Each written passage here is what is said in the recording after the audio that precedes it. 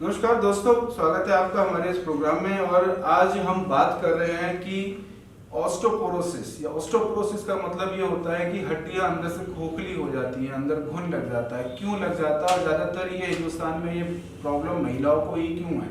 तो एक बहुत छोटी सी मैं आपको एक सिस्टम समझा देता हूँ कि आप कितना भी कैल्शियम खा लो, तिल खा लो, गुड़ खा लो, वेजिटेबल से कैल्शियम ले लो, कैल्शियम वो ब्लड के अंदर ही सर्कुलेट करता रहता है, वो हड्डियों के अंदर नहीं जाता है। हड्डियों के अंदर जाने के लिए हमारा पैराथायराइड एक ग्लैंड होता है, जब तक वो स्टिमुलेट नहीं होता है तब तक वो कैल्शियम को ब्लड से लेके हड्डियों में नहीं डालता है। तब होता क्या है, पैराथायराइड ग्लैंड कैसे स्टिमुलेट होता है? या तो धूप से होता है, या हमारे न्यूरोथेरेपी का एक पॉइंट होता है, पैराथायराइड का एक पॉइंट होता है, उसको हम दबाते हैं तब पैराथायराइड ग्लैंड स्टिमुलेट होता है। कभी भी आप विटामिन डी का टेस्ट करवाते हैं तो नीचे डिस्क्रिप्शन में लिखा होता है कि 125 हाइड्रोक्सी स्टेरॉइड जो है बॉडी के अंदर बनता है, तब पैराथायराइड ग्लैंड स्टिमुलेट होता है और कैल्शियम खून से लेके हड्डियों में डालता है। अदरवाइज क्या होगा, आप कितना ही कैल्शियम खा लो, धूप नहीं लगाओगे, पैराथायराइड ग्लैंड स्टिमुलेट नहीं होगा तो वो ब्लड में ही रोटेट होता रहेगा। कैल्शियम का टेस्ट सस्ता होता है, 150-200 रुपए का होता है, लेकिन विटामिन डी का टेस्ट जो होता है वो 1500-1200 से लेकर 1700 के बीच में होता है। तो जनरली लोग विटामिन डी का टेस्ट नहीं करवाते हैं। लोग अभी तक हमारे हिंदुस्तान में लोगों का क्या मानना है, कैल्शियम और विटामिन डी दोनों एक चीज है। बिल्कुल एक चीज नहीं है, दोनों ही अलग हैं, डिफरेंट है। कैल्शियम का मतलब है कि वो ब्लड टेस्ट है, ब्लड के अंदर कैल्शियम पूरा है। लेकिन विटामिन डी का मतलब यह है कि आपका parathyroid gland 125 hydroxy steroid hormone body में बन रहा है कि नहीं बन रहा है, कितना बन रहा है, उस हिसाब से पैराथायराइड ग्लैंड स्टिमुलेट होता है और ब्लड से जो कैल्शियम आपने खाया है वो ब्लड में सर्कुलेट हो रहा है, वहां से लेके वो हड्डियों में डालता है। तो हम कैल्शियम तो खाते हैं लेकिन धूप नहीं लगाते हैं, तो होता क्या है, हमारी हड्डियां जो हैं भुरभुरी हो जाती हैं। एक नॉर्मल लेमन लैंग्वेज में हम बोलेंगे कि भुरभुरी हो जाती है। तो ये फिल्म को मैं दिखाऊंगा, ये फिल्म पे अगर आप आगे देखेंगे तो व्हाइट और ब्लैक दोनों पैचेस दिखाई दे रहे हैं स्पाइन के एमआरआई में। बहुत ही एक इजी तरीका है देखने का कि जब भी बोन के अंदर कैल्शियम की डेंसिटी पूरी होगी तो ये जो हड्डियों का जो स्ट्रक्चर है ये व्हाइट दिखाई देगा, पर ये अभी व्हाइट नहीं है, साथ में व्हाइट के साथ ब्लैक ब्लैक पैचेस भी हैं। इसका मतलब इनकी जो हड्डियां हैं वो अंदर से कमजोर है, उनकी डेंसिटी जो है कम हो चुकी है, और डेंसिटी कम होने के कारण हड्डियां बॉडी का वजन नहीं उठा रही है।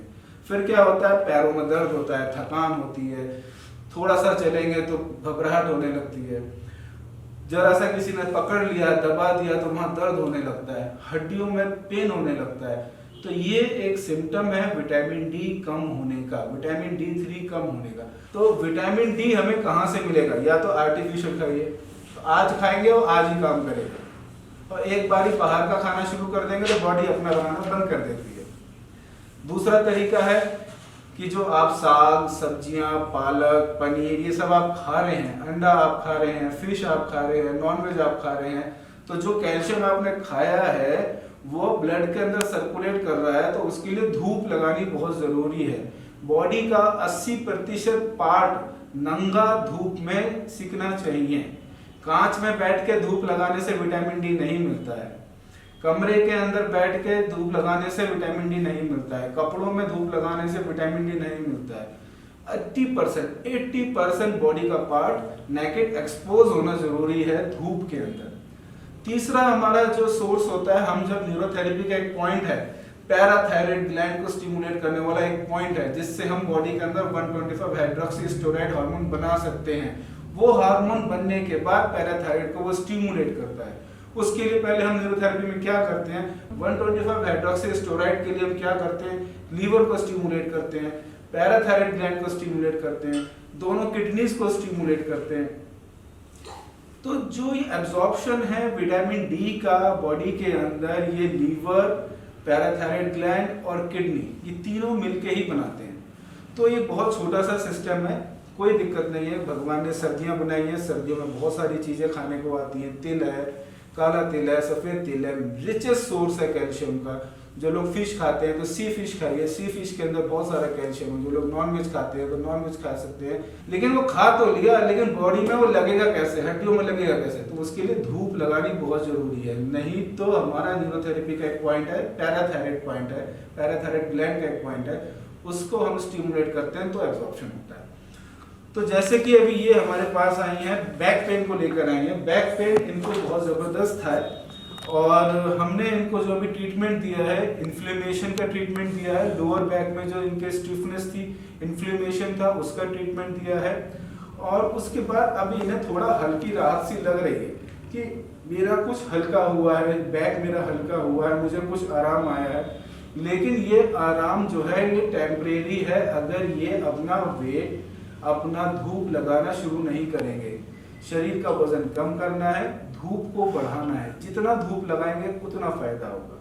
जब तक धूप नहीं लग पा रही है, नहीं मिल पा रही है या आपका कोई व्यवस्था नहीं बन रही है, तो तब तक हमें आर्टिफिशियल सप्लीमेंट लेना बहुत जरूरी है। वो सप्लीमेंट लेंगे तो थोड़ी गाड़ी हमारी चल सकती है। तो आप लोग अवेयर हो जाइए, सावधान हो जाइए, समझ लीजिए कैल्शियम खा लेना ही सब कुछ नहीं होता है। खाने के बाद शरीर को लगना भी जरूरी होता है। आपने क्या खाया वो इम्पोर्टेंट नहीं है, आपने क्या पचा लिया वो इम्पोर्टेंट। अगर आपको ये वीडियो पसंद आता है और ये नॉलेज आपको समझ में आती है तो प्लीज़ इसको शेयर कीजिए, लाइक कीजिए और लोगों तक पहुंचाइए। कैल्शियम हमारी बॉडी के लिए बहुत ज़रूरी है, लेकिन उससे ज़्यादा ज़रूरी विटामिन D3 भी है। तो जो हमने अभी आपको पूरा प्रोसेस बताया है, ये बॉडी के अंदर विटामिन D3 का एब्जॉर्प्शन बढ़ाता है। इससे एब्जॉर्प्शन होएगा तो जो कैल्शियम आपने खाया वो रोटेट होता रहेगा और वो बॉडी में, हड्डियों में भी जाके आपको लगेगा। नमस्कार।